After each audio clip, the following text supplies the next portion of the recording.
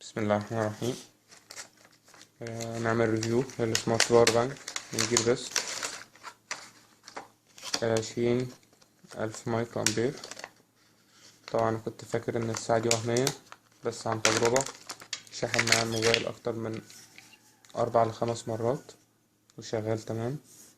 من أول وهلة بيبان إن الخامة جيدة جدا، الحجم برضو مناسب، هو طويل شوية بس سمكه معوض. الفرق خفيف جدا، مخرجين 1 أمبير و2 أمبير، 4 ليدات تحدد الساعة اللي فاضلة، وخصوصا في الشحن الانبوت، وده اوبشن زيادة كشاف او فلاش. نجرب الشحن. هو قد يكون عيبه الوحيد ان الكابل اللي جاي معاه يعني ظلمي ليه شوية، يفضل لو هتجربه او هتشحن بيه تشحن بكابل اصلي، يكون يا ريت بتاع التليفون.